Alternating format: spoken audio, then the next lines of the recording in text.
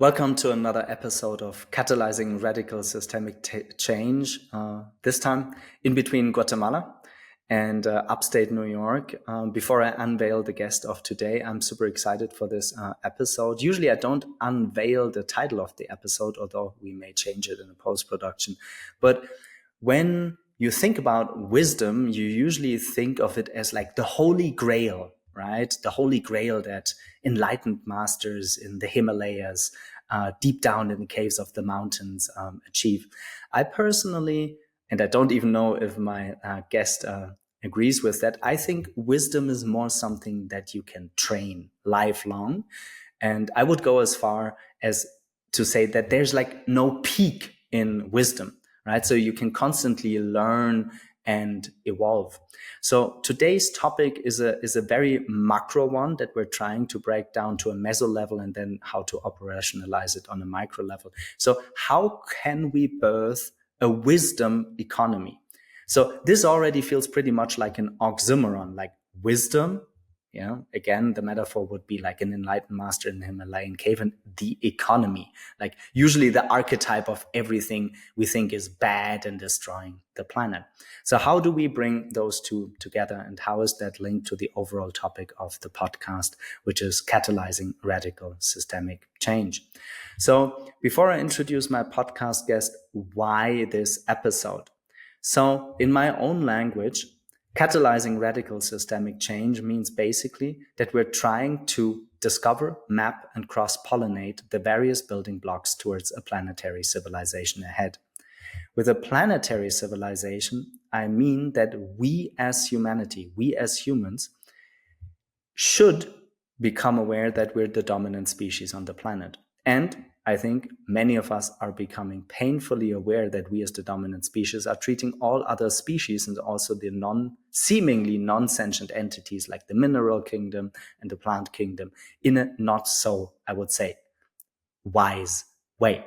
Having said all of that, it's my great pleasure to be in that virtual room together with Nicolas. I had instantly a sparkle with Nicolas, and he brings a couple of features to the table that I find profoundly interesting. So he's a serial entrepreneur. He also comes from being an investor. I know he's currently like not actively investing, but he's in a deep research mode to birth the wisdom economy.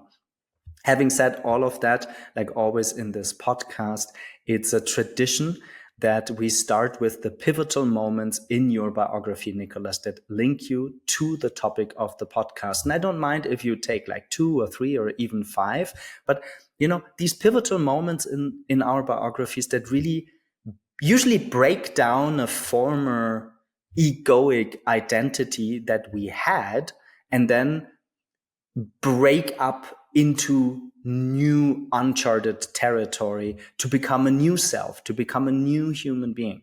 So having said all of that, Nicolas, it's my great pleasure to be in that room together with you. And yeah, super curious to listen into one of the first of your pivotal moments in your biography. Thank you, Alistair. It's a pleasure to be with you, and thanks for having me on. I do very much think of life in general and my own autobiographical experience of it as like pivotal moments that create questions that we try to spend our life, trying to figure some sense of meaning to it. And the first one that comes to mind is when I was 7 years old. I was in my then childhood bed, and I was about to go to sleep. And all of a sudden, the world around me disappeared. The kind of like the walls dissolved, everything turned into nothing. And I was in this state of what I've sort of, come to experience later in life as a non-dual state, but very much in a way that I didn't really ask for it. And I was hanging out in this realm for a bit, and I ultimately obviously came back, and that was, in my experience at the time, very harrowing. There was a lot of terror and fright that came from that dissolution on everything that was solid. And I think a lot of my life has been spent trying to make sense of that initial to use the Asterix and Obelix analogy of being thrown into the pot. And in that was a deeper sense of what does it mean to experience, and what does it mean to sense, and what does it mean to be. And those, I couldn't say that at the time. I couldn't say it throughout my teenage years or even most of my adult life, that has been things that I have spent trying to understand, and that led to a lifetime of first studying psychology, but also being very interested in philosophy and different esoteric topics, to then come into this sort of integration of those types of explorations, and then the more sort of mundane things that I've created and been part of building in the world. Yeah, then we didn't speak about that prior to preparing the podcast, but it seems very similar to early childhood, very frightening experiences of a full dissolution of what we call the material world and being like overwhelmed by that. Besides that shaping your life, what is a sequence or an event in a later stage in your life that connects you to the topic of the podcast?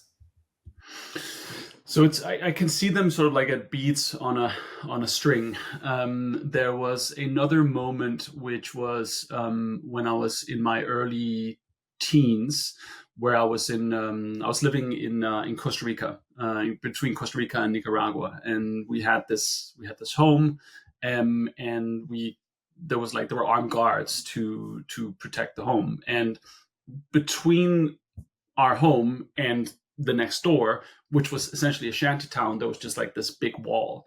And so seeing and experiencing the stark difference between, people that had, which would be myself and my family, and the people that didn't, which would be right next, like literally right next to, our bedroom. On the other side of the wall would be like a shanty town, right? So having that experience also led me to understand or question this intersection or juxtaposition between what it means to have and what it means to not have in material senses. Because at the same time, I would go and play with the kids, and we would just be kids that were playing. So this arbitrary wall somehow separated us in between someone that had and someone that didn't have. But once we stepped down to the street, we were the same. So that also really shaped a lot of how I've come to think about a lot of these things, and like especially around this topic of systems change and various aspects of that. Then maybe finally, before we like frame the complexity of the conversation, because I think it needs a lot of framing in order for people to like follow us from, the macro to the meso to the micro. I know you've spent a good chunk of your biography like becoming a very successful entrepreneur. So do you mind sharing a little bit of your entrepreneurial journey up to the exit, then becoming an investor, and why even that, which for most people seems to be like the pinnacle, right? Okay, you made it, you had an exit, you're successful, you have liquidity, now you can start investing and even meaningfully, purposefully with impact.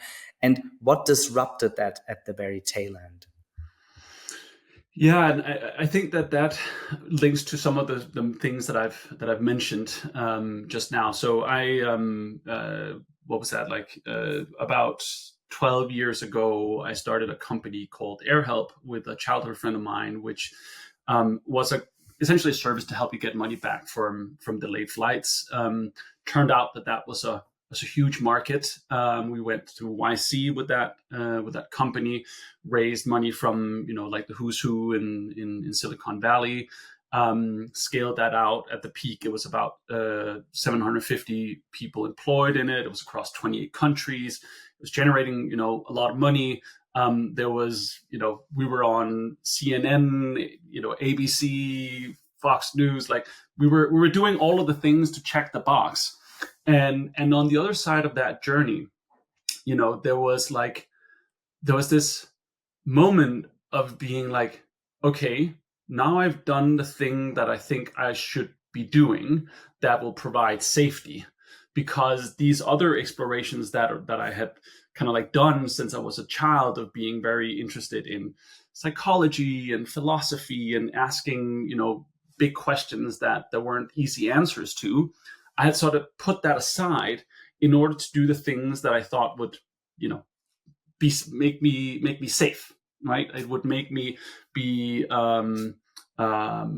feel like I had value in the world. It would do all of these things that my adapted self and that we value as a society. So on the other side of like reaching that pinnacle, there was this sort of moment, and I did the founder exit 101, like I bought the one-way ticket to India, I did the ayahuasca, I went to the top of the mountain, I did all of those things, because now I felt like I finally had the time and the spaciousness and the kind of like the means and to do that. And finally, I come to this conclusion of like, but wait a minute, if that is the case, what then have I been doing all of this for? And then that's where like the idea of like, okay, now I have some money in my bank account. How do I give back on the back of that? And initially that went into more of an exploration of like, how can we use technology to solve some of the, big problems that we have societally, whether that is climate change, social inequality, whatever. And I went down this exploration of what does it mean to use technology to solve some of these issues. And that turned into, in its first premise, a early stage, VC thesis, which was to look at, synthetic biology and novel material sciences and that sort of stuff. And the further I got down that rabbit hole, the more I started understanding that the problems were systemic in nature. So just throwing more technology after the problem was actually not going to solve it.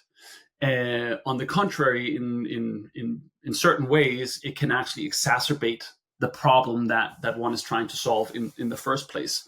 So I ended up basically walking away from that thesis, and then tearing up the rule book and saying, what is systems change and how do you fund that? And that's really what I've been sort of involved in various capacities over the last 6-ish years now.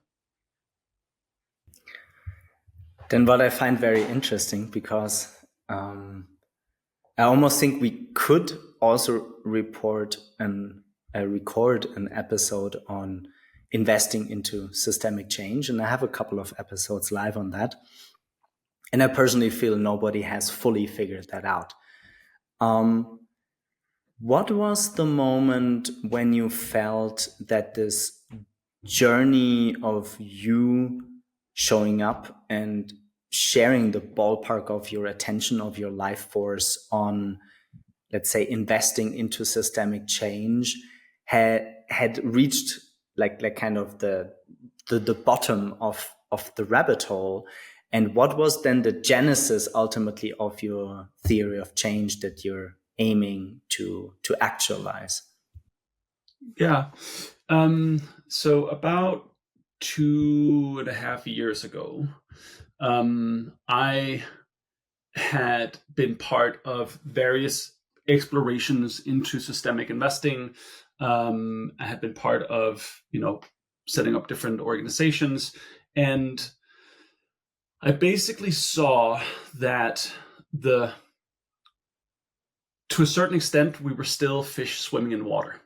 So there was this notion of like, okay, we need to move beyond finance first investing to impact first investing. Okay, impact investing has been around for whatever 10, 15 years now, it's arguably not working. So what's the next move? Okay, it's systemic investing. And what I started noticing was that the same inherently mechanistic way of looking at investment crept its way into systemic investing as well. So there was this notion that, like, if we just model the system, it becomes a machine that we can alter. And so it was steeped in the same mechanistic and reductionistic worldview that our primary paradigm kind of like is based on. And so to throw a fishhook back to what I was talking about in the beginning, I'd had these sort of like parallel tracks where on one hat I was trying to be the successful entrepreneur and investor and have an impact through that. And then on another track there was this inquisitive soul that asked these questions. And I reached this point where I couldn't keep these two hats separate anymore for a multitude of reasons. But it sort of like came to a head where I was like, we, the financial industry, impact investors, like, etc., we can run around for the next 10 years and create systemic investing structures from here until the moon, and it could scale into the trillions.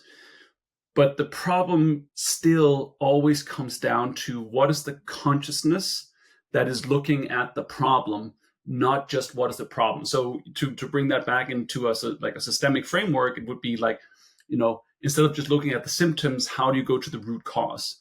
And I found myself having like almost like journeyed my way up through Danella Meadows' 12 leverage points, where I had started at the shallow end of the pool. And then I said, like, oh, it's all about technology. Then I worked my way up to, no, we need better capital flows. Then up to, no, we need better coordination. And then ultimately to come, to the deeper end of her leverage stick, which is mindset shift, paradigms, worldviews, and those kinds of things, because I could see that they everything was downstream from that. And so again, technology, structure, coordination is great, and we need it, and it's very, very important. So it's definitely not me saying that that's not important. But unless we also get you could call it the consciousness, the mindset shift, the worldview that goes with it, I don't think that we will actually create the change that we're seeking to do. Then I think it's a good moment to start using some frameworks as headers within the conversation. So thanks for mentioning Donella Meadows. I think the framework that I would like to use is a theory of change. So what you're aiming to birth is clearly, I would say at least, an intergenerational endeavor. So you're aiming to seed something that's so big, so vast, so profound, and such a paradigmatic shift on a very ontological level that you gotta have balls to just dare to embark on such an undertaking. So let's not educate our listeners on the theory of change. A theory of change is basically almost like a flow chart, how you want to create like massive impacts. Instead of a business model canvas, right? It's a more complex, I would say, flow chart, right? That maps where do you think you can have an impact with what and why and how and who. So let's stay on that level. If you agree on the header of a theory of change, what's your overall theory of change, and where are you in that journey? Right. So there is, you could say that there's a snapshot of where we are in terms of what is a dominant paradigm that flows down through all of the things that I was talking about. And then how would you go about changing that, and with whom, and in which sort of in which order? So if we look at what we today think of as the knowledge economy, right? So the IT sector, anything that is to do with actually like using our minds, that's a $79 trillion industry, right? And it employs about 100 billion people. Sorry, not 100 billion, a billion people. And that is a predominant motor for the way that our predominant economic system works, right? So within that system are some inherent underlying logics, such as we can grow at infinitum. We can grow from here until there's no end to growth. There is an inherent belief that we can reduce a complex adaptive system into a complicated system. So the Cuneiform framework is very good at sort of laying out like the state of a system. So you can have a simple, a complicated, a complex, and a chaotic system that defines which ways to engage with it the best. And so the regime that is a complex adaptive system, which is basically anything that has to do with life, is that you can't reduce it to a mechanistic variable. It is constantly changing. So it's back to this like sort of Heraclitean idea that you never step into the same river twice. But what we have tried to do is we have tried to reduce everything into a complicated or simple regime. So putting a man on the moon is not a complex thing. That is a complicated thing. So when you can define what the exact outcome is, you're in a complicated regime, because you can actually reduce it to variables that you can control, sort of like a long way along the path. That doesn't mean it's simple. It just means that there is a specific way of engaging with it. So inherent to everything we do is that we are living in, or we're trying to reduce the way that we engage with the world into a complicated regime when it is actually complex. So that has to do with the way that we look at the world and the way that we engage with the world. So within that is, you could say an immaturity, because when you go through, and you can use any of the more holistic developmental model, whether that's like Robert Keegan or something like that, to basically say, what does it mean to mature? Well, maturity means something along the lines of knowing your role in an ecosystem, and I mean ecosystem in sort of like the broadest sense of that word. Having an understanding of what is yours to do. There's something about having the ability to have a metacognitive aspect, to not just think about what you're doing, but also think about your thinking, right? So that's where some of the philosophy come into the picture. And it's also understanding what is the operating principles across nested levels, right? So within that, you could say, if you look at a lot of like Buddhist psychology, or if you look at a lot of what you could call like First Nations developmental models, there is this sense of being in a right relationship. And one of the things that we don't necessarily have is like, how are we in right relationship? And you could take that from the Buddhist perspective and say, like, with reality, like with the whole, but you could also take it from a more like directly relational perspective and say, how are we in right relationship with the things that we are engaging with that's in front of us, whether that is ourselves, our families, our communities, our business ecosystems, etc. So we don't have today a good model developmentally in our dominant paradigm to essentially develop that relationality. So that means that we look at the world as though we're separate from it. And that has all of these downstream effects that I mentioned before. So coming back to your theory of transformation, and there are many people that are sort of like point towards this. You can, Bill Plotkin is someone that has a very beautiful, succinct way of saying it. It's like, we're just not growing up. So the first step would be to say, if we're not growing up in sort of like the quote unquote Western world, and when I say Western world, I don't mean like Europe or the US, because at this point that is something that is fairly global, but we are not growing up. Therefore, we have most of an adult population, and this comes into effect and is especially poignant in the people that are in leadership positions. And with leadership, I mean anything from being in leadership of companies to being stewards of capital, to being managers of capital, to being government officials that are steeped in a worldview and a paradigm that looks as humans as separate from everything else. So the first order would then be to say, well, we probably need to do some after education, to use a very simple term, of a lot of the people that are in positions of power, and that are in positions of stewarding resources.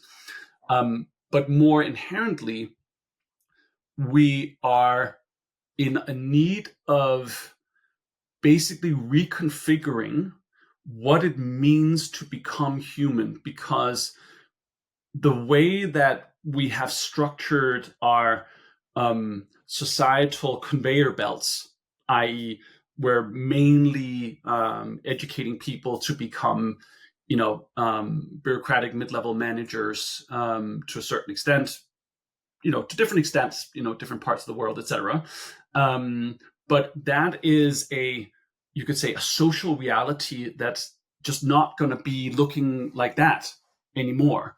It made sense for the time that it was developed, but now we're entering into a new time, and that's where a lot of the work that I've been doing around, what is the role of AI play in all of that? It's like, what does it mean that we have a knowledge economy, which is, and you can use a model from John Vervaeke to break down different ways of knowing. So if you use the word knowledge economy, then that is a specific way of knowing. And John Vervaeke breaks that down into 4 different ways of knowing. One is propositional, which is knowing about facts and it's information, essentially. One is procedural, which is like know-how. You get to know something over time. Another is participatory, which is knowing as, which is essentially how do you know as a part of something. And this is where you can also factor in non-dual states, some of what people experience when they're on psychedelics, etc. So how do we factor in that way of knowing into our knowing stack, if you will? And then there's like a relational way of knowing, of like, how do we know as other? How can I, and you can also think of it as like, it's not really empathy, but it's like, it's a close cousin of it, of like, how can I think as something else, right? How can I put myself in the shoes of the person that I'm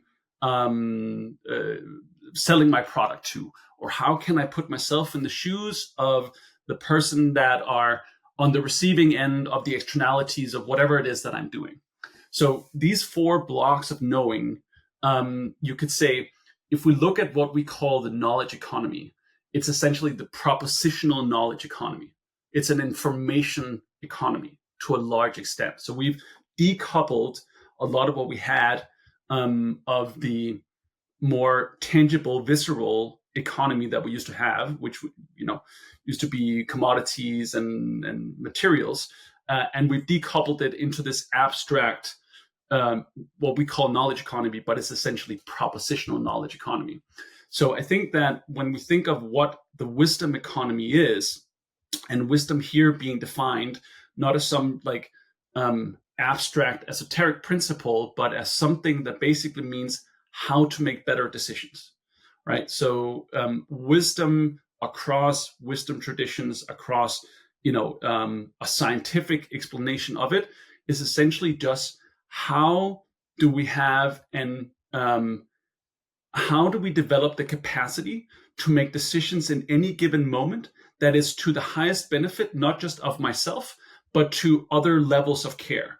So it's not just to the benefit of myself, it is also to the benefit of my immediate community. It is also benefit to sort of like the whole system, if you will.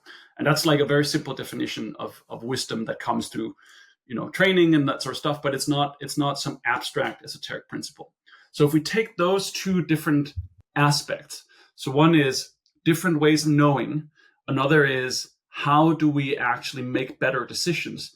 Well, then there is something to be said about as AI automates away a lot of the propositional knowledge, meaning there is no economic arbitrage at the same scale of like having information, because information is widespread and everyone has access to information.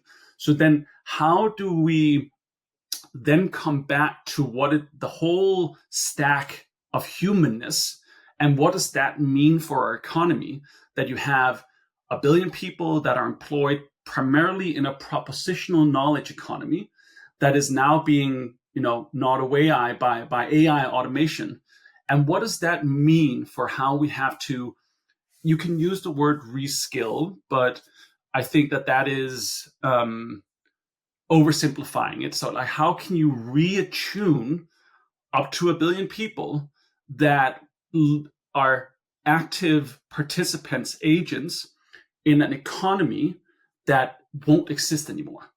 And this is where like this notion of like a wisdom economy comes into the picture, both in what is the bridge that gets us from our current economy to what we have to go into if we want to stay relevant as a species.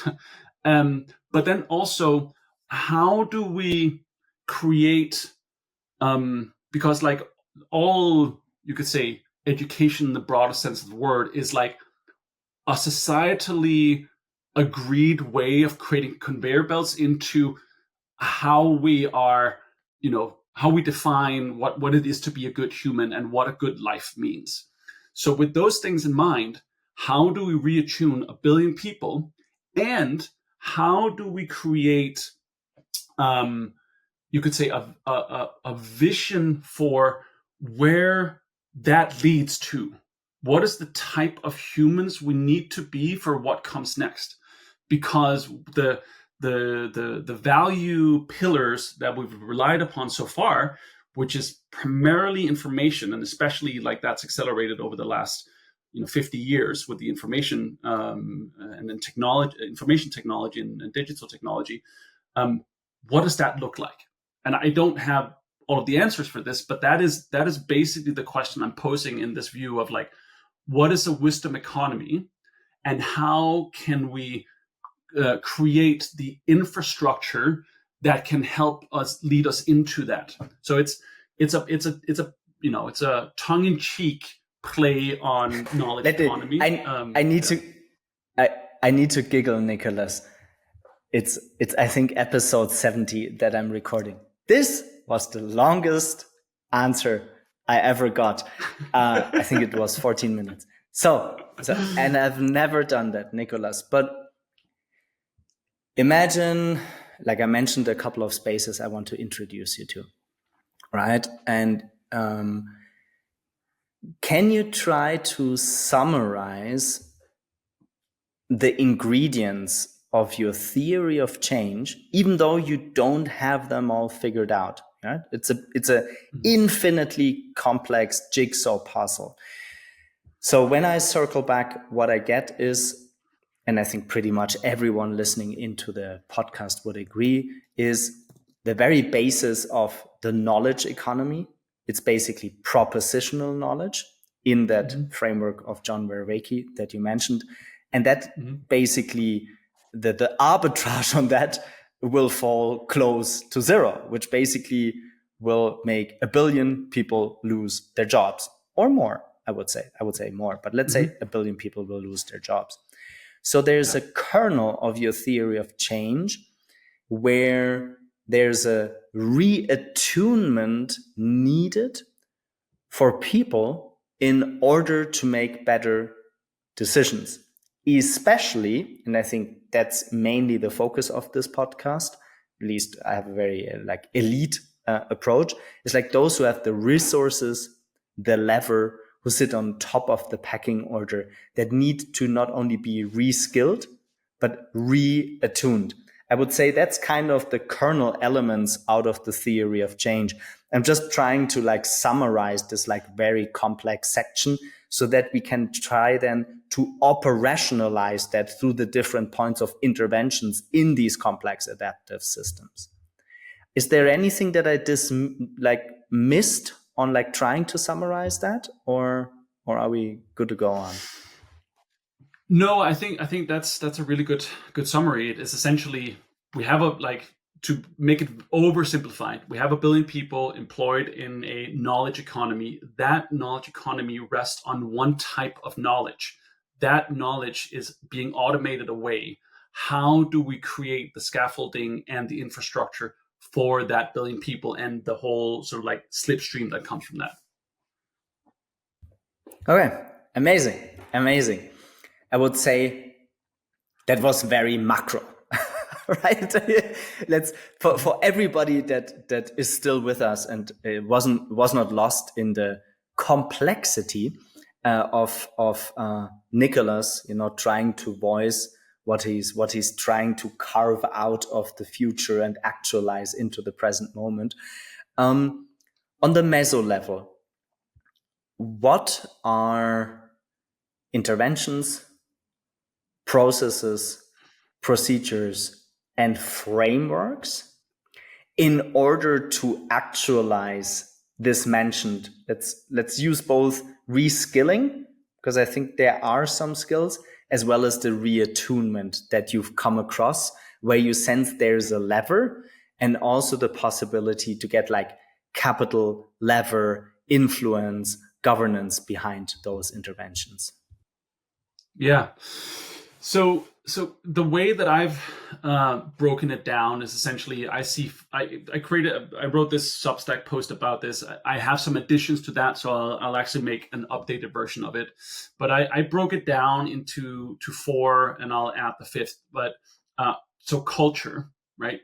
What are the cultural feedback loops and attractors that we have in place?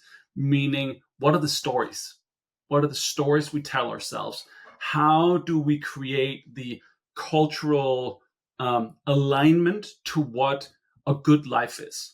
What does it mean to be human? What does it mean to be human as a part of a civilization? What does it mean to be human as a part of an ecology, et cetera, et cetera, et cetera? So there's something about culture, which you could say, if you want to break it down into investable categories, it's media, right? How do we create new media platforms that are aligned with that actually create a cultural story that people can see themselves as a part of, right? And it's not just this little niche thing where a couple of philosophers are kind of talking in circles. That's one thing. There's another thing about there are different ways that people describe this, but you could think of them as new media, but you could also think of them as practice communities. So what are these sort of, sub 150 people groups that are coming together and forming, there's different words for it, World Wide Web, et cetera. We're a part of some of the same groups, but these smaller circles where there is an inherent aligned ethos and approach and ability to help each other find sense and meaning in the world. Would be some very, very practical aspects of that. You could also say that within that, you could be funding academic and scientific research that helps define some of the upstream, you could say, ontological building blocks that need to be in place for a worldview like this to actually come to fruition. And whether that's what Thomas Bjorkman, who we both know, has been doing with people like Ian McGilchrist and his whole Emerge ecosystem. There are many ways of that. So that's That's one block, so culture. The second would be what I call place. So what are the physical places that we can come together and form around? So being in right relationship, not just intellectually and online, but actually in physical space. That could be anything from, community centers and social clubs in downtown areas to retreat centers to eco villages, etc. What are those physical places? Then there's something about vocation, which is the third. So culture, place, and then the third, vocation, which is how do we tie self-development not just to some sort of like transcendent idea of like expansion, but to how we are active in the world, right? So we used to have guilds. We used to have these way of, you could say, maturation being a part of your vocation into the world.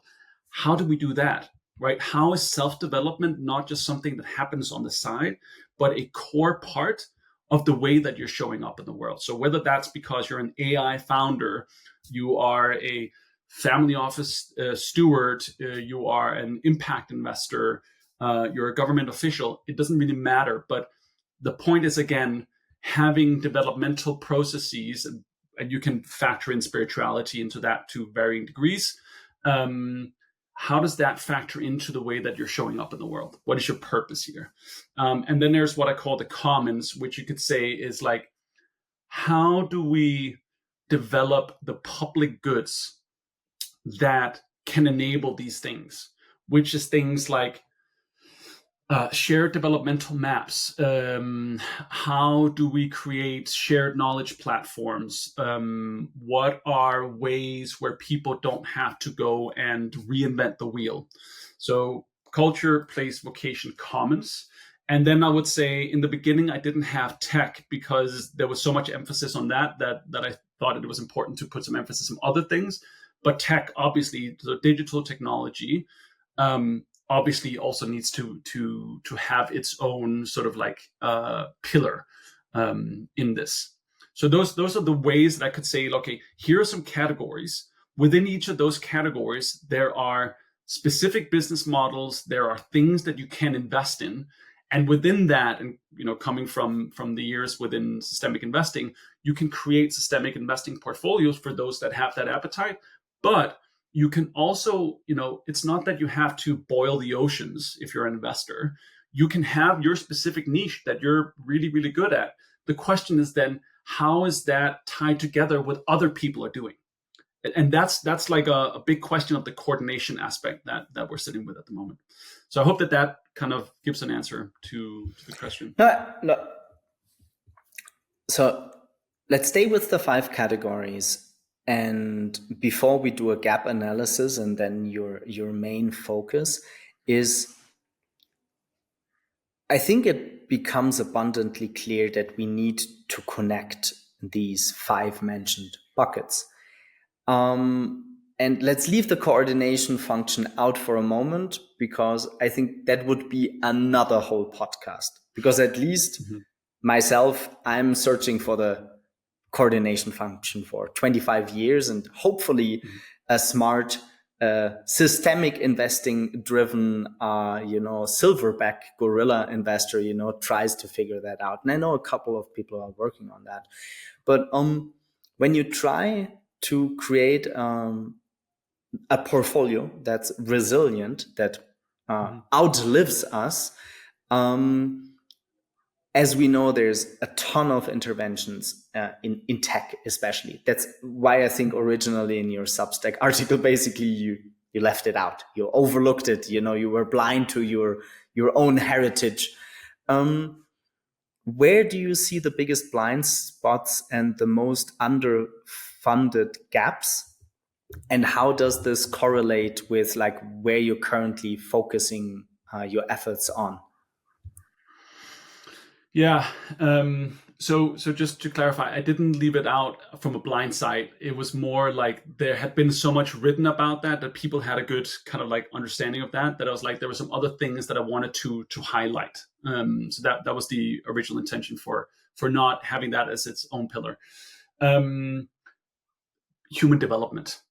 Like, again, whether you call that education, whether you call that self development, like the capital S self development, whether you call that our societally pre-agreed way of becoming, that is what I would say is like the most overlooked, the most underfunded, and the biggest leverage points, because it's like, let's use the term wise, right? Again, if you are wise, meaning you can make decisions that are inherently to the benefit of the greatest kind of circle of care, let's call it that, then it doesn't matter if you're building AI, you're a plumber, you are a construction worker, you are an investor, you will make better decisions that are inherently in line with the right relationship.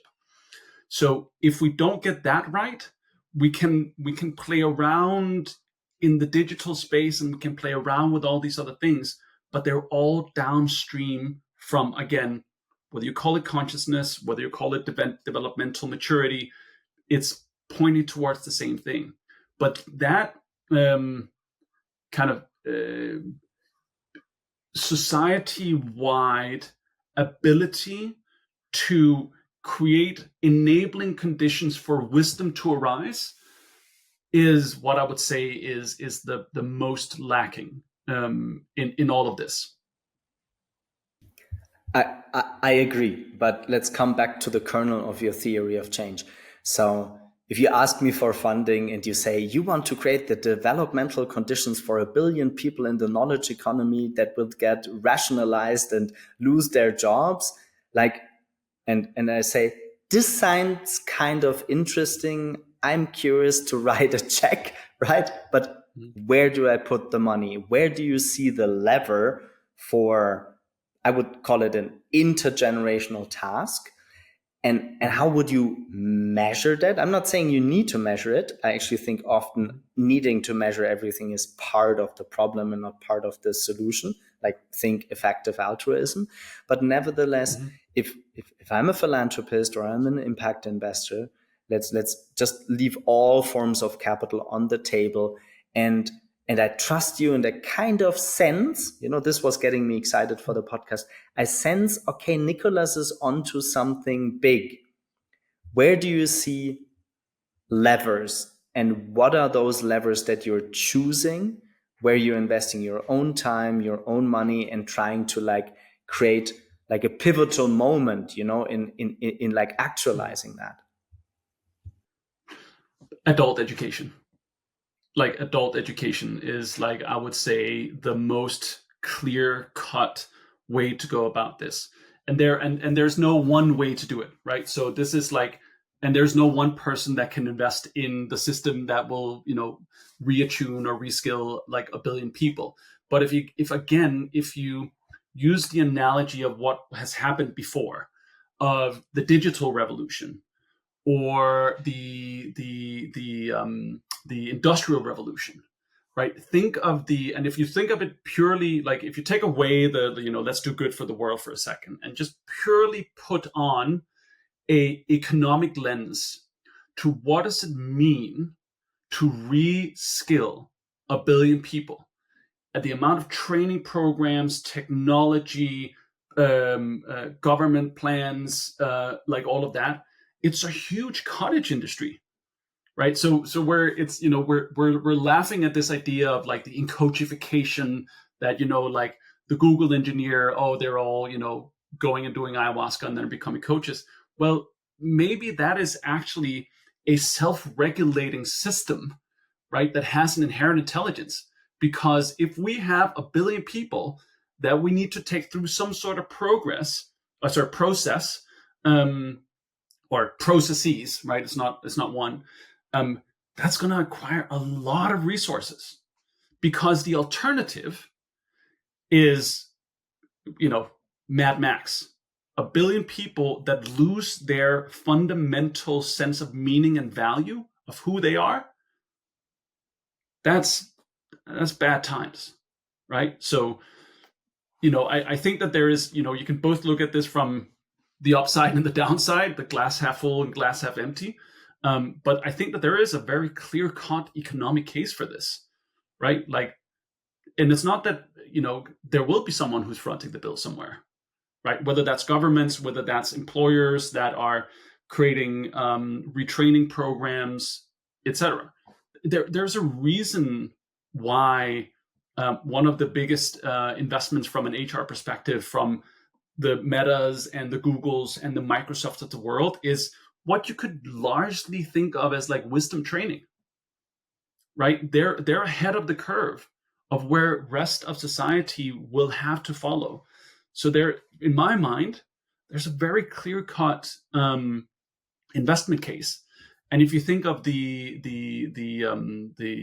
higher education industry, it's a multi-billion-dollar, the trillion-dollar industry for that matter, right? So it's not stay that there. there is like not opportunity. Yeah, let's stay there. So the program that I'm most familiar with, let's see if those friends of mine who got that off the ground are listening into that podcast episode as well, was born in Google. It's called Search Inside Yourself Leadership Institute. And I don't know the exact numbers, if it's tens of thousands or hundreds of thousands, but certainly tens of thousands of very like mid to senior executive level within Google. And then they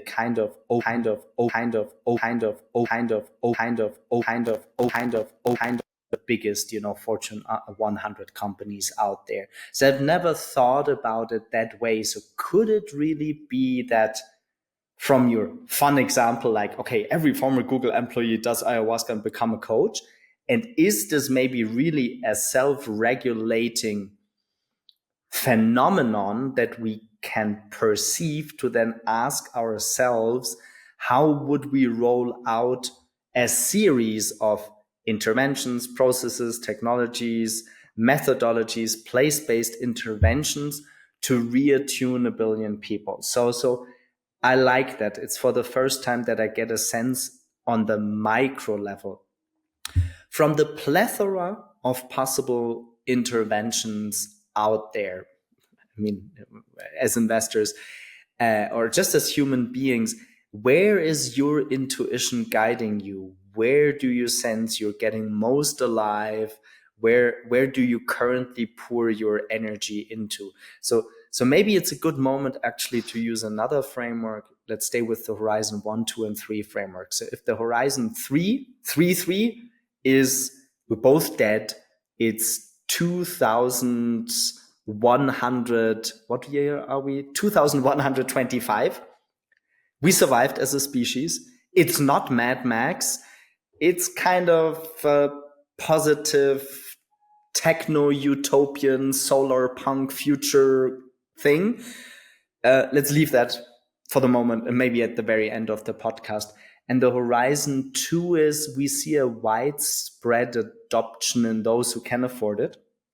Modern welfare states. Some of the more advanced emerging economies, think BRICS economies, think India, think Brazil, think China, are investing heavily into this reskilling and reattunement of large amounts of their labor force basically not being needed anymore. And I would say that would be like maybe 10 years out. What is your Horizon 1? Like, what do you want to actualize, manifest, get concrete on, fight for, get funding for, fund allies for, get strategic partners for over the next, let's say, 1 to 3 years, maybe? Mm-hmm.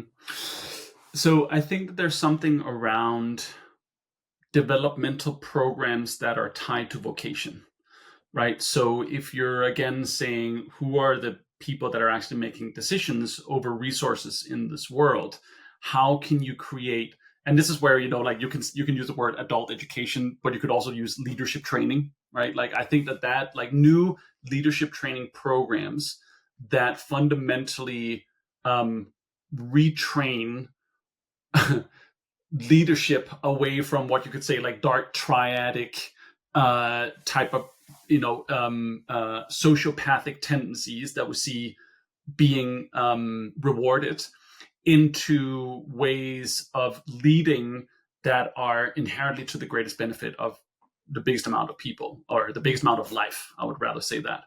I think that there's something there, 100%. So like new programs that are somewhere in that space, and there are so many people that are now, trying out a lot of innovative programs on that. I would say like that's one. I would say the other one is like what I talked about before with these communities, these sort of like Dunbar number-esque communities that we see popping up. I think that the amount of innovation and just creation that can come from those is, being part of them and seeing how they're moving, I think that there's something very, very interesting in that. I don't like TBD on the investment model, right? Is it an investment model? Is it more a care model? I don't know yet. I don't think anyone really knows. There are a lot of people trying to figure that out. I would say that that's another one, because it is like it's like little emergence. What's it called? Like emergence clusters, right? Something just happens from that. Then, so me personally, I am very tied to physical space. I think physical space is really, really important as a counterbalance to an increasing level of abstraction that our society rests on.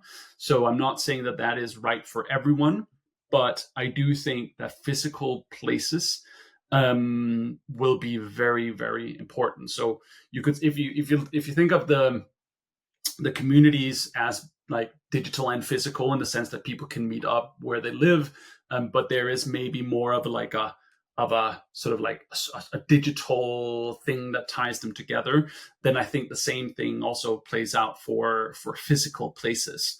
And without being too doomery of like, if we reach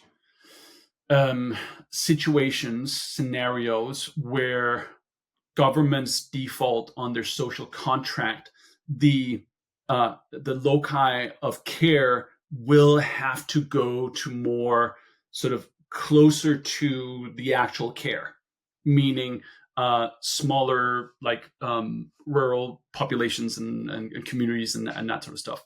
Which again is also another. There's this saying that history doesn't repeat itself; it rhymes.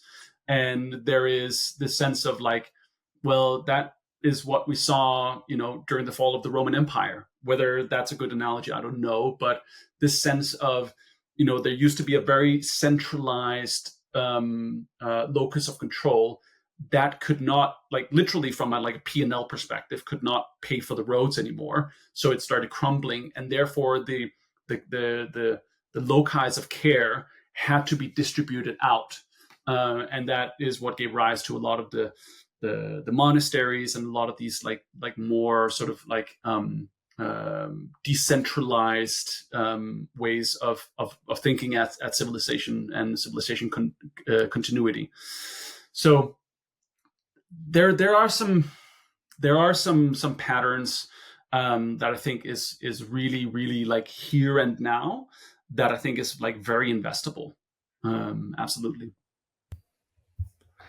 So let's share a couple of aha moments. I wouldn't have thought we talk about the Roman Empire. What I find always interesting is these, like, when my own synapses are forming different pathways, listening in, and then trying to reciprocate these aha moments. I think one aha moment that I had is, truly we're entering times of cascading effects where centuries of centralizing authority may find a counterbalanced in more decentralized ways of actualizing us as human beings, both on the reskilling as well as the reattunement side. So that's That's clearly an aha moment. I think it's for the first time actually that I get why so many people, have such a strong focus on place-based, the right numbers number maybe really being maximum around these 150 people, these like new typologies of intentional communities, less like the hippies, but more like congregating in a very intentional way, though the intention being very different from what we originally thought or now know as the intentional communities of the 60s and 70s. That's one aspect.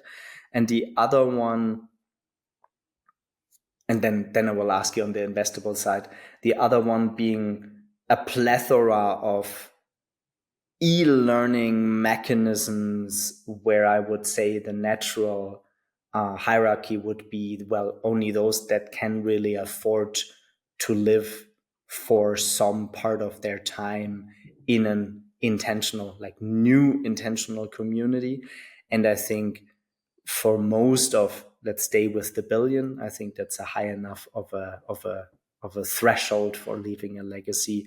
Would then need to be more on the technological interface, multi-sided platforms, e-learning, mental models, people becoming aware about their own patterns, their own decision makings, learning to meditate, nervous system regulation, trauma healing. I mean, there's a lot of platforms out there.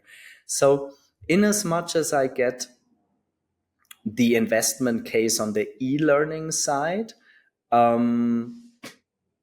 and there's many platforms out there. I mean, Mind Valley, I think, would be the most prominent example. I'm personally not a fan of Mind Valley, but I'm also not ICP for Mind Valley. But I think for what they're doing just 10 years ago, I mean, this would be unheard of. I have no idea how many people are on Mind Valley, maybe 10 million, maybe 50 million, like a good chunk, right? It's become a very prominent platform. So then I think Mind Valley would tie into when we say, okay, like how do you reattune a billion people? Let's just say Mind Valley may be able to reattune a billion people. Just that the listeners get where we're having that thread. But when it comes to the investability of place-based communities, unless you have a strong philanthropist behind, and you leave a lot of ROI on the table when we speak more like investment language, where do you see really the investability of communal spaces? Yeah, so I think that there's like a very, very important clarification here. I'm not like within this bucket, I'm not just talking about these like, utopian kind of like burner communities where, everyone can go if you have like a net worth more than like, 10 million. That's not what I'm talking about. Some of the work that I've been involved in over the last couple of years has been this idea of like bioregional economies, of like how let me take a step back.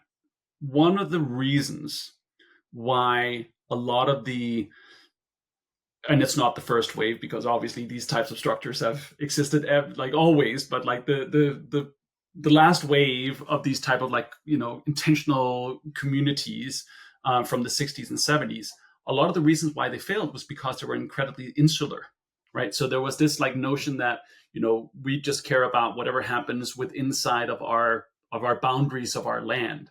So what I'm talking about is actually less about this like sort of like elitist communes around the world.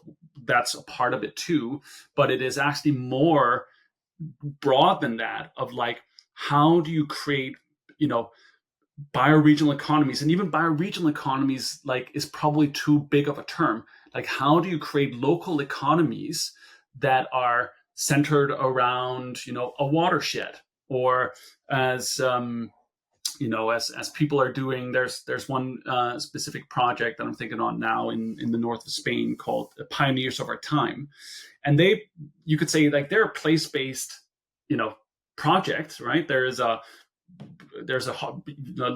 like high-endish hospitality project there. They have some biochar that they're doing. They have like different economic activities, but what they've done is essentially say there are places at the top of where the water starts, at the top of the mountain. And then they've created this economic corridor economic and ecological corridor all the way down to the Costa Brava. And that is like relational work. But within that is an economic repair that creates an economic engine within that zone. So it's not just what happens within these little enclaves of, you could say, of the people that we spend a lot of our times with, or that maybe are listening to this. It is more widespread than that, of looking at how do we create economic centers that are more decentralized around. And within that, there is obviously economic upside as well. Then let's try to bind this all together. And I would like to almost like fly into a time capsule and then arrive back. So if your wildest dreams in your lifetime, since I'm only the host and it's part conversation, part wanting to inspire people, become true. So you leave the baton, it's the last days of your life, whenever that is. Maybe you think you will become 180, but most likely the physical life incarnated in this body, will leave sometime in the future, maybe in 50 years, 80 years, 100 years, if you're a proponent of like longevity.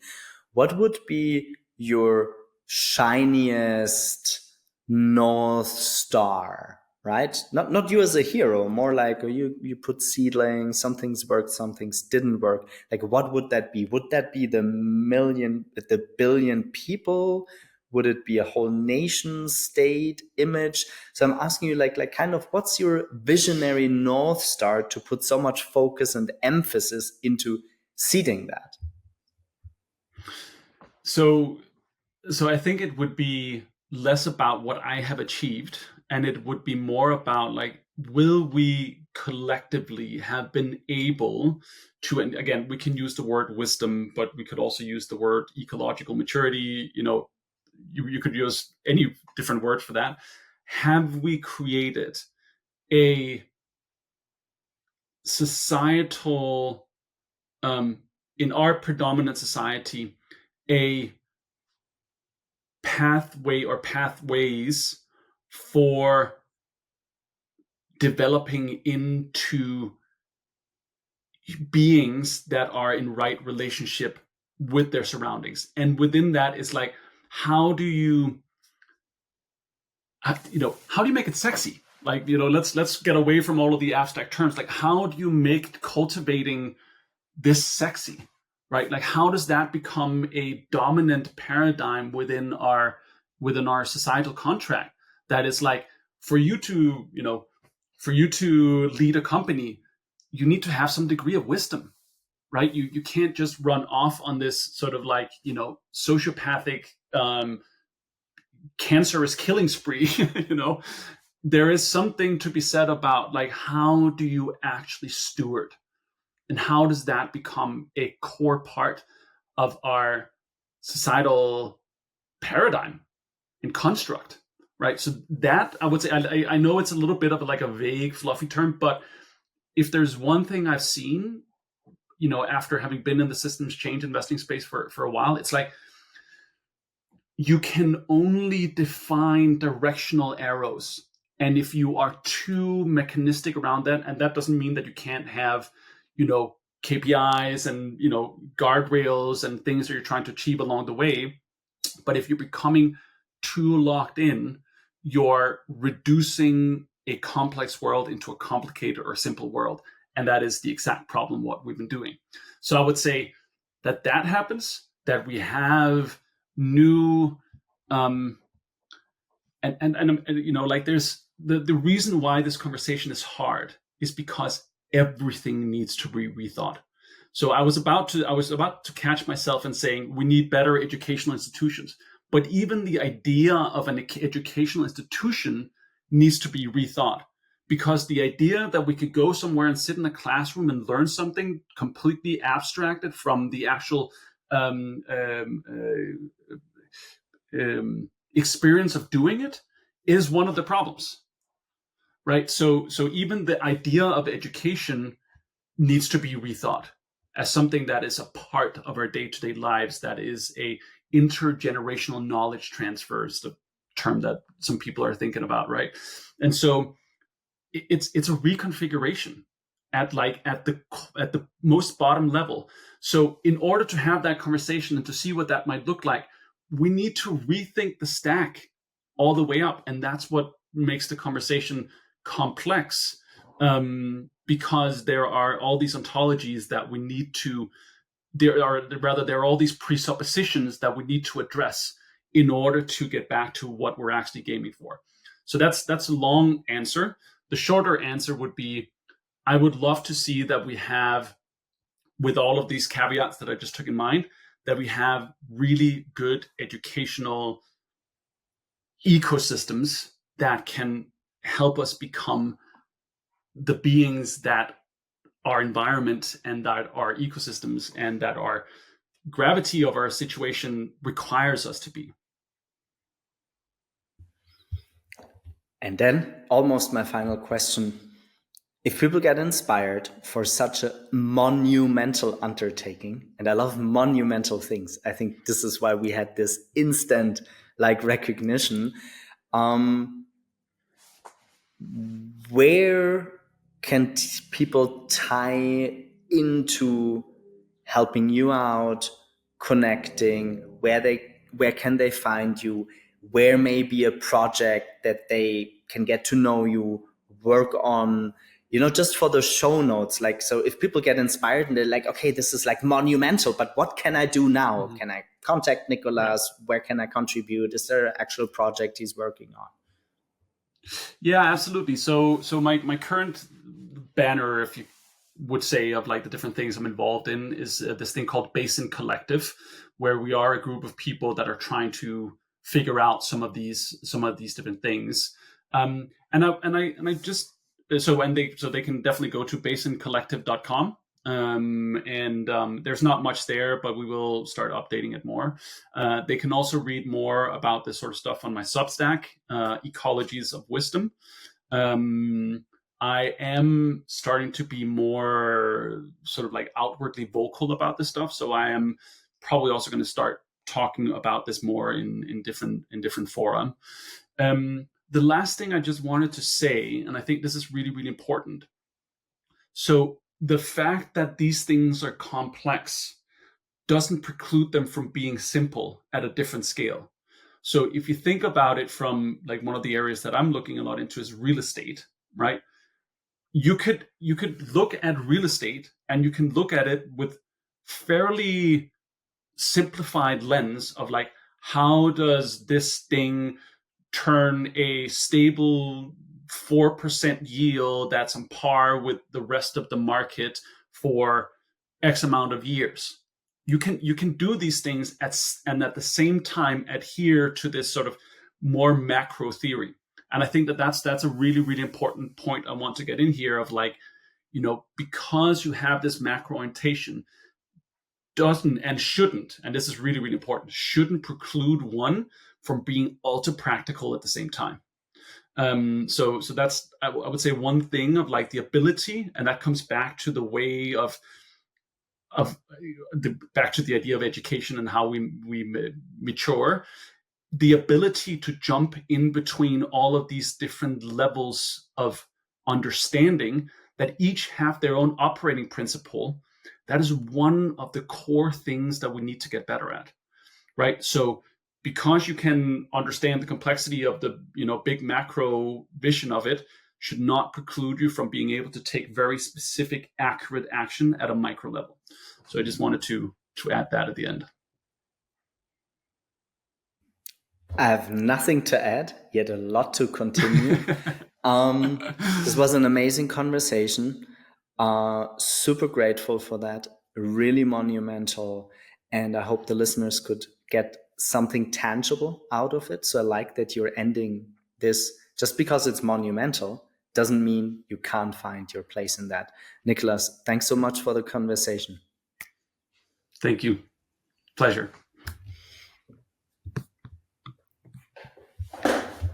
Then